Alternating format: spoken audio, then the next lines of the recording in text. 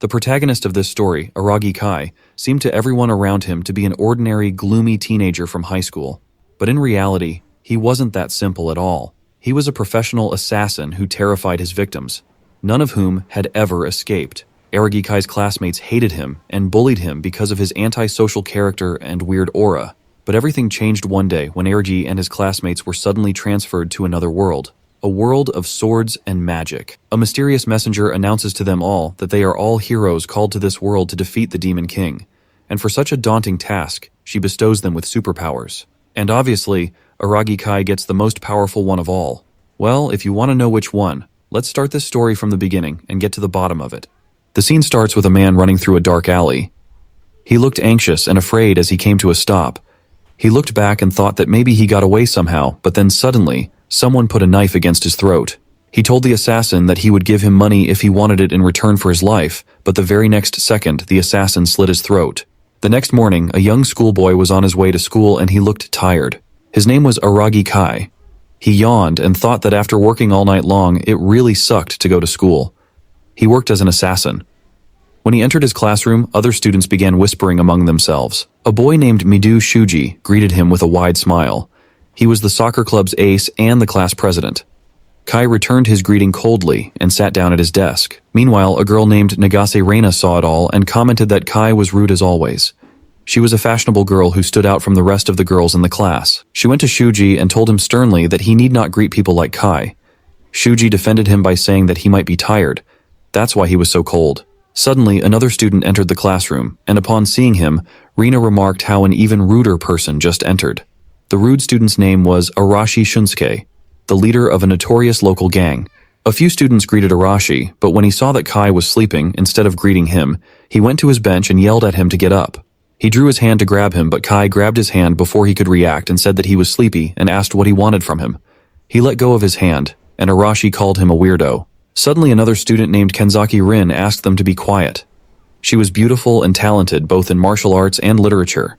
She was the cool and aloof top beauty of the school. He confronted her but was cut short by another girl named Hashimoto Mirei, who was a serious disciple committee girl who really cared about order. Watching her ready to fight Arashi, a boy named Narumi Yoshia told her that Arashi would just blow her away.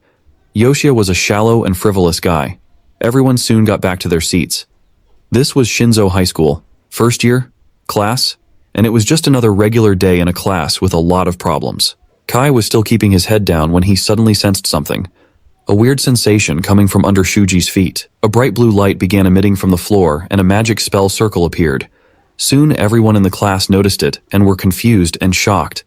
The magic circle grew in size and covered the entire classroom floor. Shuji instructed everyone to leave the classroom, but Kai knew that they would not make it in time. Soon the bright light blinded everyone. They were all teleported inside what looked like an old castle. Everyone was lying unconscious on the ground, and Kai was the first to come back to his senses. He noticed that the building was made of stone with several large pillars to take cover, and there was only one exit. Soon the other students also began coming back to their senses.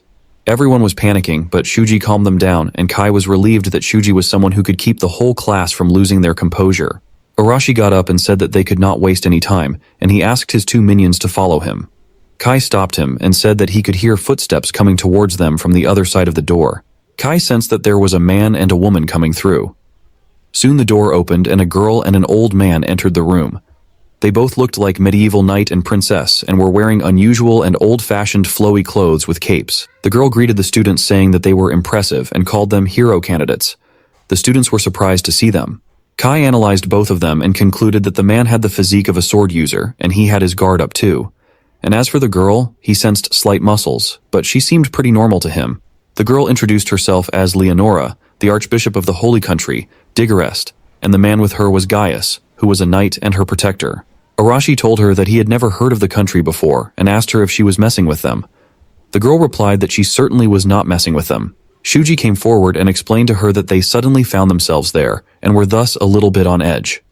The girl began explaining the entire thing to them. She began by saying that they were summoned to a parallel world as a hope for humanity to defeat the evil Demon King. They were the parallel world's hero candidate. It was hard for the students to believe something like that. Gaius told Arashi to watch his mouth while talking to the saint of the country. Arashi was unfazed by this, and this made Gaius draw his sword, but Leonora pacified him. Arashi jumped at Gaius, and Kai was amazed by his bravery. Before Arashi could land an attack, Gaius flung his sword and made a little cut on his head. His attack was so fast that no one saw it. Leonora apologized for his aggression and said that she would explain everything to them in detail, but for that, they all had to be quiet and listen to her. Her demeanor suddenly changed from being calm to being scary. She explained that because of the Demon King's invasion, humanity of that world was facing extinction. The country of Diggerest continued resisting, but they did not have the power to completely stop the invasion anymore. Kai thought that the story was a pretty common one. She continued that they were the last hope of humanity. Upon hearing this, the students replied that they could not do this as they had never fought before. Some of the girls were already crying. Gaius said that it might sound impossible, but they would have to try as there was no way for them to return to their own world unless they defeat the Demon King. The students were even more shocked upon hearing this. Kai knew that he only said that to motivate them. He thought that the people who had always lived peacefully could not just suddenly start killing, as for that they needed experience and talent. Arashi got up with blood on his head and cursed them for dictating them. He added that he hated people like them. Gaius noticed that Arashi's spirit was still unbroken and wondered if he could be a useful warrior. Gaius held his sword and decided to kill Arashi, as he could be trouble to them, but before he could do anything, he saw that Leonora was healing Arashi's wound. She explained that the power she was using was called the system and was granted to them by their gods. She simplified it for them and said that it was just like magic from their world. Kai noticed that she knew about their culture and wondered if she had previously also summoned people from their world. She walked toward Shuji while saying that the power was the reason why she summoned them all there. She raised her hands and Shuji's wrist began glowing, and soon he had a sword made of light in his hand. She further explained that they could wield the power of the system and awaken their innate abilities of divine protection. She said that she knew she had a selfish request as she called them all there and now they could not leave and asked them to lend her their powers. Shuji said that no matter how much power they gave them, they still could not fight right away. She replied that they will indeed be trained and during their training will be taken care of. Shuji took control of the situation and told his classmates that he knew they were scared, but the first thing they needed was information and protection. He told them that they should hear them for now, and the classmates agreed with him.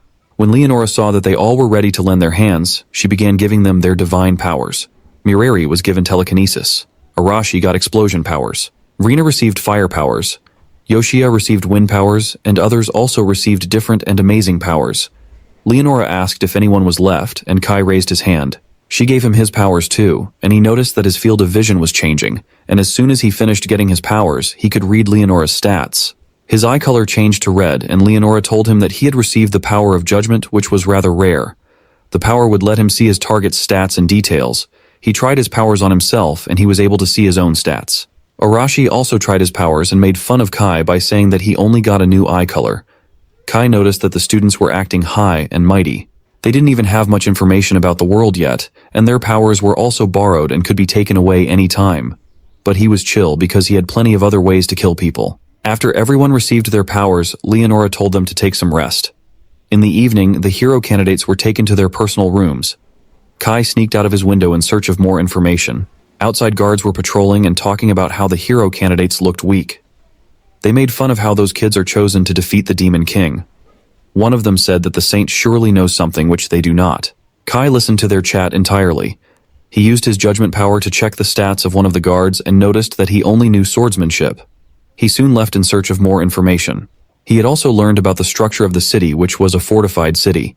He wanted to get inside the inner castle, but the gates were heavily guarded, so it was hard to sneak in. He decided not to rush things and come back another time. Meanwhile, in an open field, Rina was looking for a good spot with her two minions. They were there to practice their new powers. They began conjuring their respective elements and observing them as Rina was curious to know more about the whole divine protection stuff.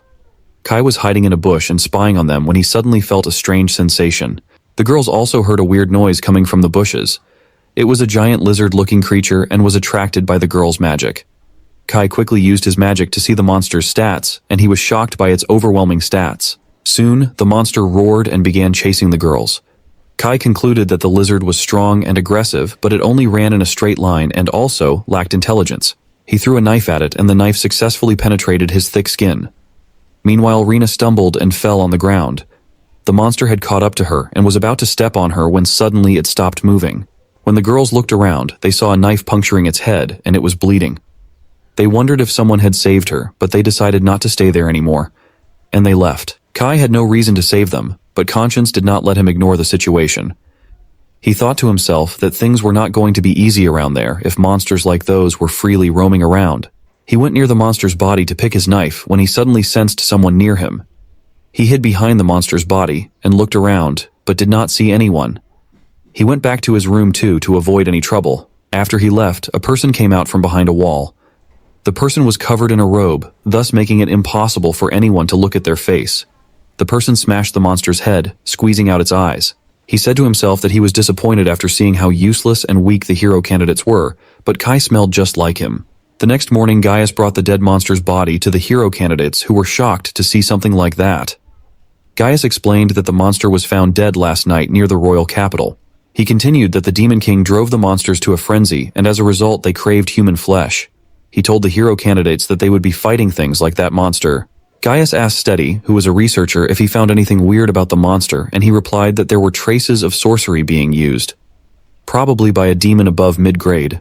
He said that maybe they were scouting to see the lower of the new hero candidates. Kai wondered if sorcery was different from magic since it was a new word used by the researcher. Shuji asked if it meant that the monster was controlled by a demon. Steady explained that strong demons can use servitude spells and hence could control weaker monsters. Gaius dragged Steady away, but he wanted to explain more. Kai deemed Steady a great help in gathering information. He could use his help. He suddenly realized that the true identity of those eyes he felt back then last night was a demon. The demon was skillful because Kai barely noticed him. He thought that the demon might be around them right at that moment. He suddenly felt someone looking at him. Arashi told Gaius that they could not get back to their world without killing the demon anyway, and he did not plan to stay in that world for long. The other students also agreed with him. Kai thought that it was best that they quickly learn the weight of the truth. Suddenly, Leonora walked in and told them not to be afraid, as they just did not know how to use their powers yet. All they needed was some training. Since they were from a different world, their growth rate would be different from the people of that world. And so, a week had passed since the students started training.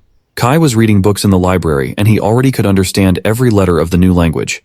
He thought that it was strange enough that they could talk to each other in the first place.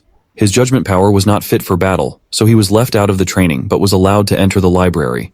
He could not find many books on their history and culture, and even not about demons. The strongest 5 among them were Narumi the Wind Controller, Arashi with his explosion powers, Kanzaki with her telekinesis, Hashimoto with her land power, and Rina with her fire powers. However, there was another person with a clearly extraordinary growth rate. It was Shuji. He grew stronger than the people he learnt swordsmanship from. Kai used his judgment power and noticed that all his stats were above B grade, and just last week they were below D grade. Suddenly 2 boys came to Kai and began making fun of him, and he noticed that even the others were looking down at him. They were growing impudent after getting their new powers. One of the boys tried to bully Kai, but Kai sneakily threw him on the ground. Meanwhile, Leonora and Gaius arrived at the training ground. She announced that since they all had grown quicker than she had imagined, she had decided to move their plans forward. Narumi asked her if she was planning to send them to fight the Demon King, but she refused it, saying that she wanted them to now practice fighting monsters. Everyone looked anxious when they heard it. The next day, Gaius and Leonora took all the hero candidates to the middle of a forest, and Gaius explained that they were there for combat drills. It was a place full of Ubstarso, they could not move as freely as one group. That's why they were going to be divided into teams of 2 to 3 people. Hearing these, all the hero candidates made their own groups, leaving Kai and Kanzaki alone. They had no choice but to team up with each other. Kai thought that she had a confident and apathetic personality, and also she was proud. She caught him staring at her. Meanwhile, Leonora announced that since it was a special occasion, so the team which will defeat the most monsters would receive a surprise reward. Soon the combat drills began. On their way, Kanzaki told Kai that her powers were superior to everyone else's, so she did not need him to do anything. She asked him not to stand in his way. Kai accepted the offer and said that he would leave everything to her. Seeing this, she asked him if he did not have any pride. He sensed 4 entities around them who were hiding. One of the monsters rushed at them, and Kanzaki used her powers. Her power was called Domination, and it was an ability that enforced the user's orders on their target. She ordered the goblin to bow down, and he did exactly that. She looked visibly tired after a few minutes. She explained to him that she used to get tired when she used her powers for too long because it consumed a lot of mana. He asked her to just kill the goblin because another monster was about to attack, but she was a little hesitant because to her the monster looked a bit like a human. Kai put sense in her by saying that it was a monster after all, which tried to attack them earlier. He picked a stone and concluded that she was just a naive student from Japan who was too used to peace. He was playing with the store when suddenly the other 3 goblins also appeared. She ordered the goblins to bow down and asked Kai to help him instead of just standing there. Kai replied that she was the one who asked him not to get in between. She sighed and ordered the goblins to twist their own necks, and this killed them. He was amazed to see that she could enforce such orders too, to which she replied that the more difficult the order was, the lower were the chances of success. She was disgusted to see the corpses of the goblins, but Kai comforted her with his words of wisdom. She asked him how he could be so calm when he did not even have powers. He told her not to worry about him as this was his strong point. He asked her if she wanted to return if she was too scared of it all, but obviously she denied the proposal with pride. He knew that she was just trying to look brave, but he also admitted that she was not too bad after all. Meanwhile, Narumi and Hashimoto were running from a monster who was too strong for them. But running was not an option for them, so they decided to attack the monster together using their wind and rock powers. They hit the monster with a giant boulder, but it barely scratched it. They were helpless and did not know what to do next. Kenzaki wanted to go back to her world as she had not repaid her grandfather for raising her yet. She really wanted to show him how much she had grown up. She was lost in her thoughts when Kai asked her if she wanted to keep going since they could get lost. They both got into a banter, and she wondered why Kai was so mysterious and stubborn. They were messing around when suddenly they heard a loud noise. Kenzaki recognized the voice to be Hashimoto's. Kai asked what they should do, and she replied that they should obviously help her. Meanwhile, Hashimoto was thrown feet away by the monster, and she was wounded and bleeding. She asked Narumi to run away, but it was too late as the monster was about to attack him too. Kenzaki used her powers and ordered the monster to stop. Narumi thanked her, and she said that the monster was too powerful and could not be halted for too long. Kai asked Narumi if Hashimoto was alive, to which he replied that she was, but she was really injured. Kai asked her to carry her on his back and get out of there. He was reluctant to leave, but seeing her condition, he left. When he left, Kai used his powers to see the monster's stats and was amazed to see some pretty high stats, especially the defense. He knew his attacks would not damage him a lot, and he also noticed that it was a mutant, and he wondered what it was exactly. Kenzaki yelled that she could not hold it anymore, and he told her that she had bought them enough time and they should run away too. She agreed, seeing the situation, but she could not use her legs anymore because she had used all her energy into stopping the monster. Seeing how bad the situation was, Kai pulled out a smoke grenade and triggered it. This bought him some more time to grab Kenzaki and hide away. She was a little flustered for being carried in his arms. She asked him what the smoke was, and he explained that it was a smoke grenade which he had made while they all were training. He was lying as he had some equipment on himself before being summoned. Since it was not much, he did not want to use them carelessly. They were basic assassin equipment. Kenzaki apologized to him since she was the one who said that they should go and save them, and she ended up being saved herself. Kai asked her not to say sorry, instead she could thank him. Again, a banter between them followed. She said that they should run away, but he replied that there was no need for that. They both saw Shuji and others arriving at the location, and without wasting any time, he attacked the bear for hurting his friends. Shuji swiftly attacked the monster and injured its hand. Rina jumped in and used her fire powers at the monster, but it didn't seem to affect it much except for slowing it. They again jumped at the monster. All the while, someone was watching them from a distance. It was a veteran assassin demon named Delphus. Delphus smirked and said to himself that the armored monster could not beat the hero candidates because of their quick growth. He liked how calm they were, especially Shuji. It was supposed to be a scouting mission, but it was time for a change of plans. He decided to end them there. Meanwhile, Shuji and the others were able to defeat the monster. Delphus grinned and was about to attack them when suddenly he was stopped by a dagger on his neck. It was Kai. Delphus was stunned to be caught like that. He was stressed and wondered how Kai was able to get behind him. He needed a way to quickly escape. Kai slashed his legs and threw him on the ground. He asked him not to make noise as he did not want Shuji and the others to notice him. Kai said that if he would answer some of his questions, then he would let him go. Delphus was not ready to give up, but he had no other choice as Kai had the upper hand. Kai wondered if the person who was watching him the other night was him only. Kai said that he knew they were being watched, and it was his plan to let Shuji and the others to fight so that he could be lured out. Cutting him short, Kai said that he needed information since it had not been long since they came to this world, and he would have to tell him whatever he would ask him. Delphus smirked and declined, but Kai slashed his hands too and said that it would be easier if he just cooperate. Delphus told him not to underestimate him and saying that he consumed some poison he was carrying, thus killing him on the spot. Kai understood that the army of the Demon King would not be easy to fight with. Suddenly Kenzaki came to him and was shocked to see the dead body lying near them. Kai asked her since how long was she watching, and she replied that since the person was on the ground. He explained to her that the dead demon was an assassin from the Demon King's army, and the monster from earlier was his pawn. And back when the first lizard monster was seen, That too was his doing. She was scared a little to know that the Demon King was trying to kill the hero candidates. She asked him how did he notice the assassin when no one else did. He thought that there was no reason to hide his secret, and he confessed to her that his family was in the assassination business, so he could smell that he was in the same line of work. Kanzaki was shocked upon this revelation. He told her that it was upon her to believe, and also asked her not to tell anyone about the dead body, as the hero candidates were already shaken by Hashimoto's condition. She agreed to him and said that she did not know that he cared about them so much, to which he replied that it was simply because they were not used to fighting like him. All the hero candidates gathered around Hashimoto, who was severely injured and lying on the floor. A student named Hano, who had healing powers, sat down near her and used her powers to heal her. Everyone was amazed to see her powers. She announced that Hashimoto would be healed in about an hour.